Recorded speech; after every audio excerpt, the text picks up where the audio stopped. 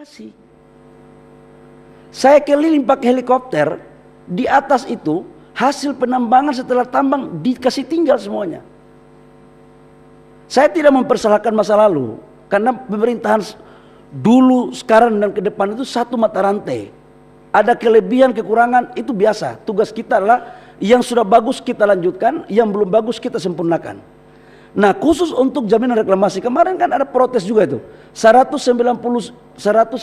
IUP diturunkan dari MODI karena tidak membayar jaminan reklamasi. Kalau tidak menjawab jaminan reklamasi, siapa yang mau reklamasi ini barang? Kita ini sebentar lagi meninggal bumi, dipanggil Allah Subhanahu wa taala.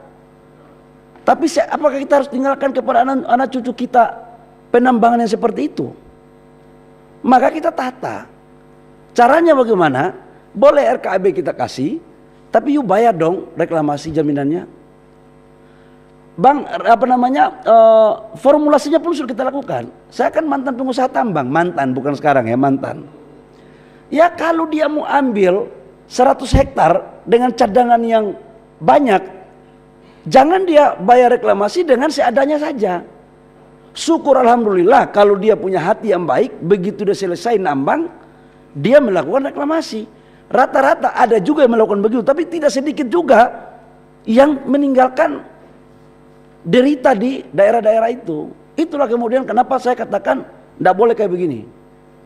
Pasti muncul lagi istilah itu DFK ini. Memang Pak, memperbaiki itu Pak, DFK lebih banyak daripada maunya kita. Apa yang saya lakukan ini hanya untuk memperbaiki aja. Itu tapi terima kasih. Jadi ini Pak Dirjen sama Dirjen Gakum mana ya? Pak Dirjen Gakum, Komisi 12 lagi uji nyali Bapak ini. Bapak jaksa atau bukan jaksa? Oh ya. Kalau nyali tidak ada, segera pertimbangkan. Saya nggak main benar. Ini barang ini nggak ada urusan kita. Yang berikut menyangkut lifting. Bapak Ibu semua, ini Golkar punya ini. Ya ini karena fraksi Golkar jadi nggak berani agak tajam-tajam gitu. Tapi gini saya mau jelasin ya. Lifting. Bapak-bapak ini kan sudah anggota DPR lama. Tunjukkan kepada saya tahun berapa terakhir yang lifting kita mencapai target APBN. Tunjukkan. Saya nggak mau bicara omon-omon, saya mau bicara fakta aja. Saya pikir sudah sangat lama target lifting kita hampir tidak mencapai di dalam APBN. Di 2024 target APBN kita 605.000 barel per day dalam APBN. 600 apa 605? 605. Mohon maaf kalau saya salah, tolong dikoreksi. Realisasi kita berapa? 580.000 barel per day. Sekarang alhamdulillah karena dukungan dari Bapak Ibu semua, pimpinan Komisi 12 dan seluruh stakeholder, kita sudah mencapai 605 sampai dengan 606.000 barel per day. Sekalipun ada kenaikannya tidak signifikan, tapi kita hari ini sudah mencapai target APBN. Dan mengurus BBM ini, mengurus lifting ini Bapak Ibu semua, saya jujur mengatakan, kita ini kalau tidur malam, baca doa tidur malam, terakhir baca doa lifting.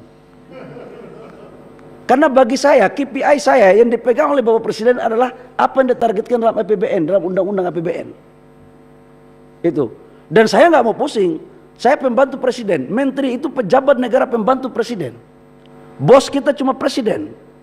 Jadi bekerja sesuai dengan apa yang diperintahkan, bukan apa yang mereka orang lain pikirkan. Kalau pikirannya bagus kita rangkul. Tapi kalau tidak bagus ya sorry ya, gitu. Kira-kira begitu. Kemudian ya paling banyak sekali nih. Golkar punya banyak. Yang lain saya tidak, Golkar punya saya tidak jawab dulu deh. Nanti kita setengah kamar aja. Yang menyangkut dengan koperasi ya Pak Joko ya, menyangkut dengan sumur masyarakat 45.000. Sejak zaman pasca kemerdekaan sumur-sumur ini sudah ada. Tapi pertanyaan saya, apakah ada pemerintahan sebelumnya yang berani melegalkan ini? Saya mau tanya.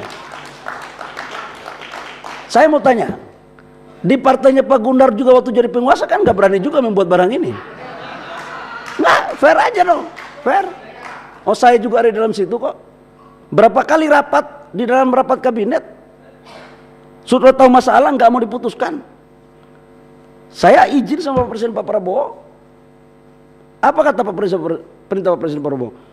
Kalau itu baik untuk rakyat, kalau itu baik untuk daerah, kalau itu menciptakan masyarakat dan berikan keadilan dan sesuai dengan pasal 33 dan 45, lakukan. Jangan sedikit pun mundur. Saya bikin permennya. Ini sekarang. Jadi dari 45.000 sumur yang dulu masyarakat, mohon maaf, sumurnya ada, minyaknya ada, tapi dikejar oleh oknum-oknum, mintai sesuatu, menakut-nakuti. Mulai tahun ini bulan Desember selesai ya, mana Pak Joksis? Izinnya ya. Insya Allah mulai bulan Desember mereka bisa kerja dengan nyenyak Pak, tanpa ada ketakutan di seluruh wilayah yang punya penghasil minyak itu. Nah ini juga mungkin, atau yang begini yang bukan keterbaruan kali ya, mungkin ini barang lama jadi. Jadi yang belum masuk tolong, tapi jangan dipolitisir. Ini niat baik Bapak Presiden untuk mengimplementasikan pasal 33 tentang redistribusi sumber daya alam kita. Jangan persepsi orang itu seolah-olah minyak ini hanya kelas elit saja. Hanya itu lagi, itu lagi. Rakyat seolah-olah nggak boleh mengelola minyak. Dari mana? Pengelolaan sumber daya alam kita pasal 33 itu jelas. Ekonomi kita disusun dan diatur secara kekeluargaan kok. Kenapa harus kasih terus yang itu lagi, itu lagi? Kasih kalau memang rakyat bisa, kasih. Yang penting untuk kebaikan dan sesuai dengan mekanisme, aturan, dan memperhatikan lingkungan dan K3S-nya. Ya Ibu dari Golkar ya, sama Pak Alphonse. Bang Ramson, ini ngeri kali ini. Bang, aku tahu sekarang memang tahun 96-97 lifting kita itu 1,5 juta barel per day. Konsumsi kita hanya 500.000 barel. Dan kita ekspor 1 juta barel, dan di situ uang kita paling banyak, 40-50% total APBN itu dari sektor migas. Sekarang terbalik, konsumsi kita 1,5-1,6 juta, lifting kita kalau terhitung mulai hari ini 605.000 lebih, 606.000, maka kita pasti impor. Caranya bagaimana untuk tidak kita impor? Memang ini salah satu KPI yang Bapak Presiden Prabowo perintahkan kepada saya. Ada 3 mekanismenya. Yang pertama adalah sumur-sumur tua. Ini memang kita harus injeksi dengan teknologi, mau tidak mau. Dan ini sekarang sudah berjalan. Memang perdebatannya itu di IRR. IRR-nya 3, apakah kalau dengan harga sekarang mereka nggak mau. Maka kita buat relaksasi. Yang kedua adalah ada 300 lebih sumur yang sudah POD nggak jalan-jalan. Jadi yang tadi dari Pak dari PKS tadi yang mengatakan bahwa 17 tahun, ada yang 26 tahun Pak. Impex itu sudah 26 tahun dikuasai oleh Jepang. Perdebatannya dari saya masih ketua umum HIPMI, perdebatannya hanya di laut atau di darat. Itu terus, lama-lama kita meninggal pun masih ada perdebatan itu. Kemarin saya katakan untuk mereka, kalau kalian gak jalan, saya cabut. Dan sudah kita berikan surat teguran pertama, sekarang sudah tender FID-nya. Dan insya Allah 2029 sudah bisa produksi barang itu. Jadi memang ini gayanya harus gaya tidak main-main. Nah